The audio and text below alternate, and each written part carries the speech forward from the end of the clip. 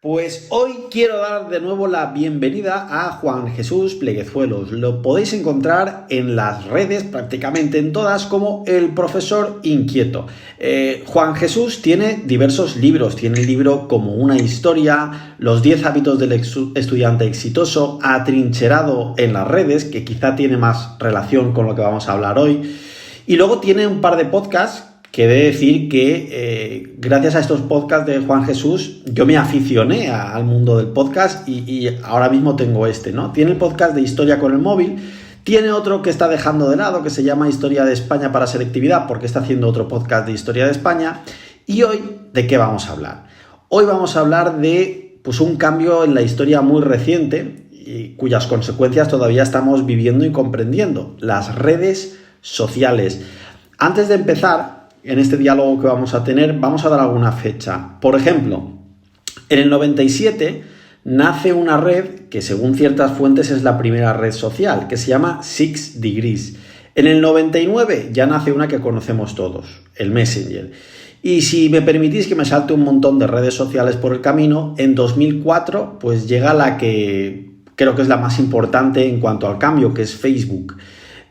Siguiendo con esta línea, en 2005 nace YouTube, en 2006 Twitter, en 2009 nace WhatsApp, en 2010 Instagram. Y claro, nos hemos saltado muchas, ¿no? Y claro, queremos que tengamos en cuenta hoy que las redes sociales han pasado a ocupar mucho tiempo en nuestras vidas y se han llegado a convertir pues prácticamente, si no en una fuente, en la fuente de información más importante, pues en una fuente de información muy importante, ¿no?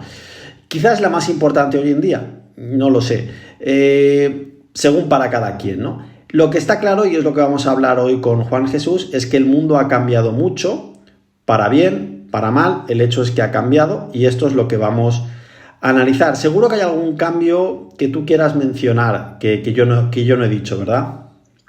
Sí, yo a esas fechas que he añadido, añadiría otra fecha también muy importante que quizás es la más relevante y es la conjunción terrible que supone cuando las aplicaciones de redes sociales están incluidas en los smartphones, que sería, creo que en torno a los de 2008 y 2010, que se están popularizando los smartphones y vienen ya con las redes sociales instaladas. Eso ya supone el punto de inflexión y creo que es lo que marca que todos empecemos a hacernos tremendamente adictos al mundo de las redes sociales. Creo que antes de los smartphones, cuando tú te sentabas en el ordenador de mesa, como que éramos más conscientes del tiempo que pasábamos en las redes sociales, y sin embargo ya cuando las redes sociales estaban incluidas en el teléfono móvil, ahí creo que nos hemos perdido un poco todo. Sí, coincido contigo, porque lo llevamos siempre encima, ¿no? Y hablando de ese perdernos un poco, ¿tú crees que las redes sociales son el quinto poder? Bueno, yo creí en su momento que era el quinto poder y de torno al 2010-2011 se llegó a pensar que las redes sociales eran el quinto poder. Esto es una cosa que yo la machaco continuamente a mis alumnos y siempre le hablo de cuál es ese pilar importante de la democracia, la división de poderes, y siempre les pregunto una y otra vez, ¿y por qué tienen que estar los tres poderes divididos? Pues la respuesta es para vigilarse unos a otros. Y siempre les menciono, bueno, pues como en el siglo XIX surge el cuarto poder, que sería la prensa, que iba a vigilar a los otros tres poderes, el ejecutivo, el legislativo y el judicial, y en el 2010, bueno, pues todos nos maravillamos porque pensábamos que las redes sociales iban a ser el quinto poder que a su vez iba a vigilar a los otros cuatro. Y eso nos iba a traer más democracia, un reforzamiento de los derechos humanos. Y en su momento, pues así lo vimos mucho. Y hoy no. Hoy no son el quinto poder. Las redes sociales no vigilan a los otros poderes, más bien se han convertido en un órgano censor, en el que nos autocensuramos todos de alguna manera. Y entonces hoy, al día de hoy, en 2023, las redes sociales son más bien lo contrario a un quinto poder que refuerce la democracia. Coincido plenamente contigo. Como vamos a hablar de cosas que quizás son mejorables o negativas de las redes sociales, pues antes vamos a destacar alguna buena, para que no parezca que estamos todo en contra, ¿no?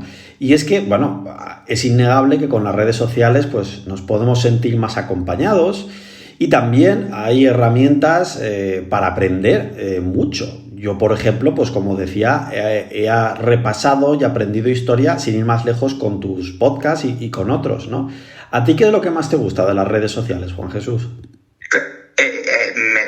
Estoy totalmente con lo que has dicho. O sea, a pesar de lo que yo acabo de decir de las redes sociales y la gran amenaza que parece están representando, yo adoro las redes sociales. O sea, me encantan.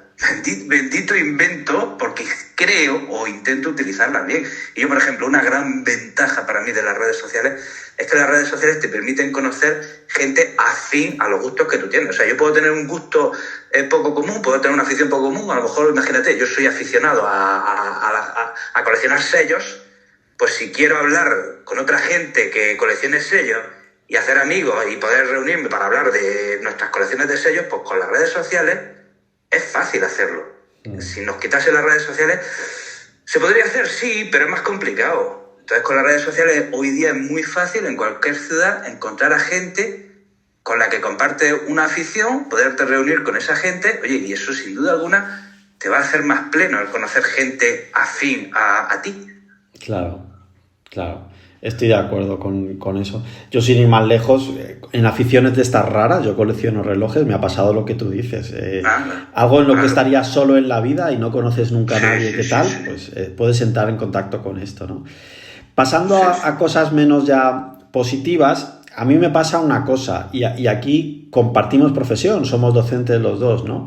Y claro, yo estoy en contacto con el alumno, pero con la evolución del alumno, porque yo estoy en contacto con el alumno desde hace años, ¿no?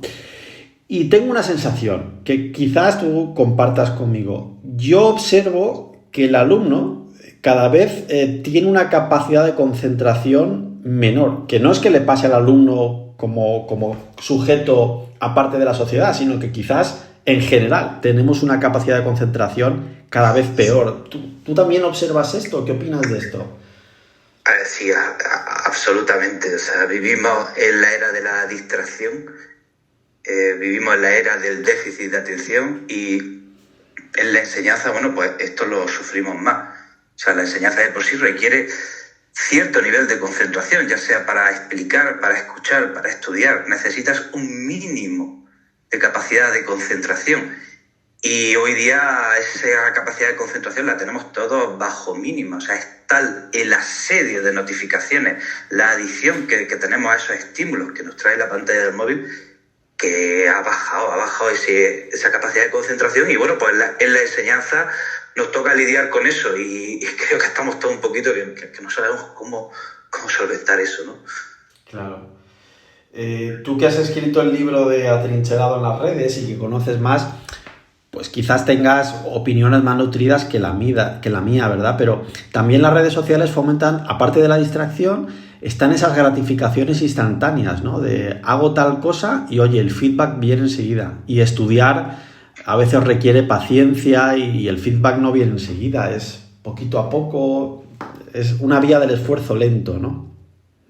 Claro, es que estamos en esta cultura de lo quiero todo y ya, y el estudio requiere el mirar a largo plazo, ¿no? El tener las luces largas y mirar a ser capaz de estudiar y esperando que el fruto llegue en un largo plazo. A veces a lo mejor no llega y en ese sentido choca con la cultura de las redes sociales, de que subes una foto y enseguida tienes una reacción, enseguida tienes un feedback instantáneo y eso pues sí nos produce un subidón de dopamina y bueno, nos engancha. Claro. Otra cosa sobre las redes sociales, que tú has trabajado en alguna conferencia que has dado, es la relación que pueden tener con si nos estamos radicalizando, ¿no? Tú hablas de que pues, con las redes podemos hacer como una burbuja en torno a nosotros mismos, ¿no? Quizás es que la gente a veces se informa para nutrir su sesgo de información o es que se mueven en redes digamos, con grupos que piensan lo mismo que ellos. ¿Tú crees que las redes sociales contribuyen a que nos estemos radicalizando? Sí, absolutamente. Para mí esto es lo más peligroso que está pasando. Lo más peligroso que nos están trayendo las redes sociales es esa radicalización en la que nos estamos metiendo por culpa de las redes sociales. El hecho de que acabemos siguiendo gente que es afín a nosotros, al final a lo que único que hace, pues no, estamos siguiendo a esa fuente de información que sabemos que nos van a confirmar y reconfirmar en lo que ya pensamos. Estamos reforzando nuestras ideas, nuestras creencias, pero es que de esas ideas o creencias pues saltamos al sectarismo y al radicalismo y a las trincheras. Entonces las redes sociales están formando en torno a nosotros campanas de eco y eso nos está volviendo, bueno, pues más violentos, más radicales y eso pues puede minar uno de los grandes beneficios que tiene la democracia, que, o sea, la democracia, su gran beneficio, o uno de los grandes beneficios es el diálogo, el poder intercambiar ideas y así poder extraer una superior. Pero si no podemos dialogar porque siempre nos estamos viendo como enemigos, pues ¿a dónde vamos? ¿A dónde estamos yendo? Sin lugar a dudas.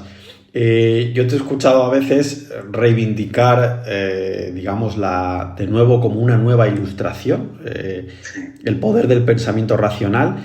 Y en relación a esto que estamos hablando hay cosas muy curiosas que seguro que tú conoces. Y es, por ejemplo, el auge del terraplanismo. Es decir, cómo en siglo XXI de repente cuestiones vinculadas pues, a lo que denominamos el pensamiento mágico, lógicamente las personas no lo considerarían así, esto va en auge, es decir, hay pensamientos no fundamentados que están creciendo y aquí las redes sociales pues tienen mucho que ver, ¿verdad? Sí, no, esto lo leemos en una novela y no nos lo creemos. O sea, ¿cómo es posible que en esta época donde tenemos toda la información del mundo disponible a golpe de clic y gratis, pues eso, el pensamiento mágico está más en auge que nunca?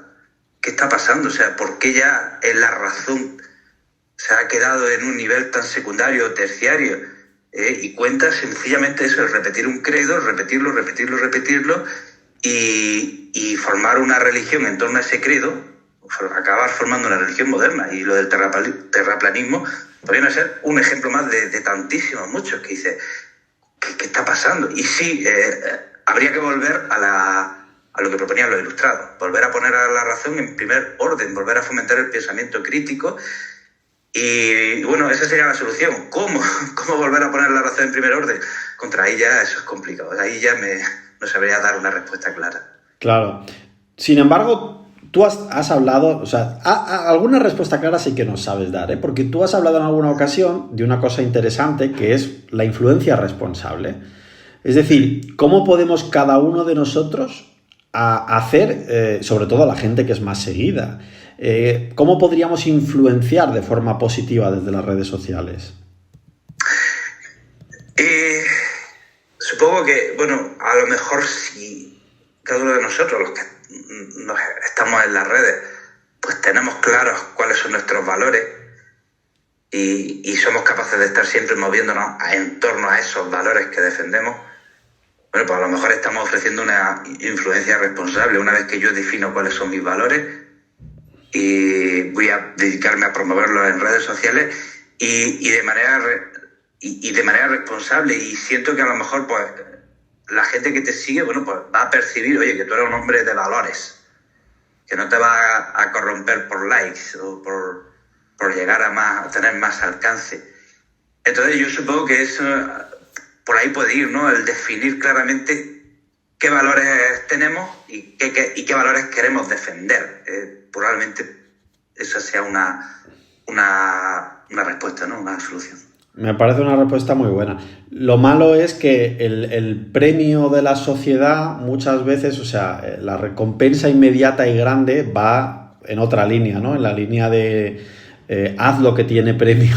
Es decir, tú haces una influencia responsable, pero nunca tendrás el impacto de pues el que sale en TikTok haciendo esas cosas que tú y yo sabemos que puedes encontrar en TikTok, ¿no? Por ejemplo.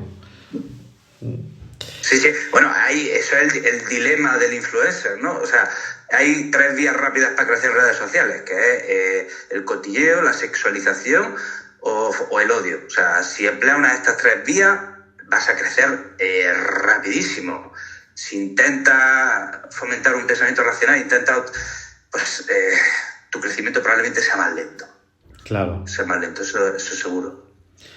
Claro, yo en ese sentido, alguna vez te lo he dicho, yo te felicito por el contenido que haces en tu podcast, porque yo creo que los he escuchado todos los capítulos, y si a mí me dijeran, ¿qué ideología tiene Juan Jesús? No tengo ni idea.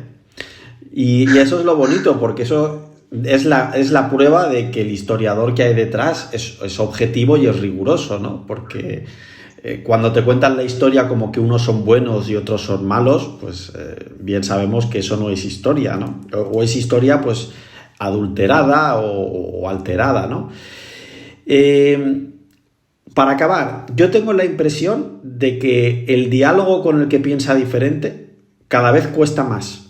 Quizás hoy sea más difícil dialogar con alguien que piensa distinto que hace 15 años. Y sé que quizás coincidas, porque te he escuchado decir algo así. ¿Por qué crees que está pasando esto? ¿O qué opinas al respecto? Sí, estoy de acuerdo. A veces siento que se habla de que ya mucha gente está orgullosa y presume de no ser religiosa, pero cuando te pones a profundizar con esa persona, te das cuenta que esa persona es muy religiosa. Lo que pasa es que cree en otras religiones. Ha convertido su partido político en una secta religiosa. Claro. Y en cierto modo, uno de los factores para mí determinantes son, pues eso, las redes sociales, el hecho de que tú estés en un grupo de WhatsApp donde todo el día te están criticando a los del otro bando, pues hace que lo que en principio era una ideología política derive en una religión. Y quien no sabe tu religión lo considera un hereje. Y a partir de ahí, bueno, pues imposible dialogar. Ya está. O sea, a fin del diálogo, si llegamos en ese punto donde creemos, donde nuestras ideas se convierten en un credo, pues adiós al diálogo y estamos en el punto, en ese punto nos encontramos. Pues yo te agradezco mucho tus impresiones y a la gente que nos escucha, pues recomendarles de nuevo tus podcasts, Historia con el móvil, Historia de España para selectividad, que no es solo para selectividad, es Historia de España, y luego tus libros, como una historia, Los 10 hábitos del estudiante exitoso y Atrincherado en las redes, que es el que más relación tiene con lo que estamos hablando hoy. Esto todavía no es historia, ¿verdad, Juan Jesús? Pero lo será. Esto va a cambiar el mundo y va a cambiarlo todo. Sí, lo está cambiando. Lo está cambiando definitivamente. Vamos, desde la última década podemos decir que sí está muy marcada por esto que estamos hablando, sin duda alguna. Sin duda alguna. Pues muchísimas gracias por este ratito. Muchísimas gracias, un placer estar de nuevo aquí y muy feliz de estar invitado.